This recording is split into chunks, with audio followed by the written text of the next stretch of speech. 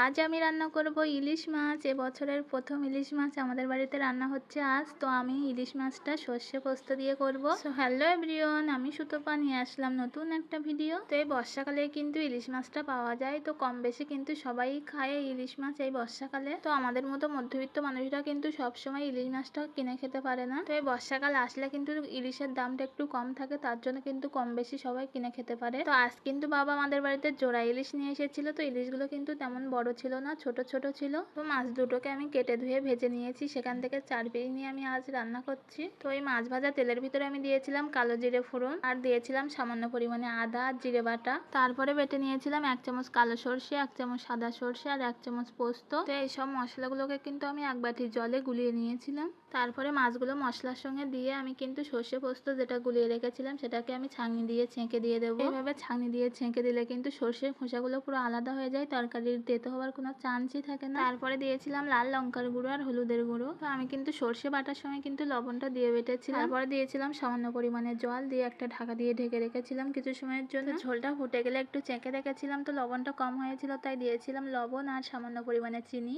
তারপরে দিয়েছিলাম 2টো কাঁচা লঙ্কা কেটে, আর দিয়েছিলাম সর্ষের তেল দিয়ে গ্যাসটা অফ করে ঢাকা দিয়ে ঢেকে রেখেছিলাম। তো তোমরা সবাই দেখে কমেন্টে জানাবে যে আজ আমার রান্নাটা কেমন হয়েছে। তো আজ ভিডিওটা এখানেই শেষ করছি, দেখা হচ্ছে পরের ভিডিওতে।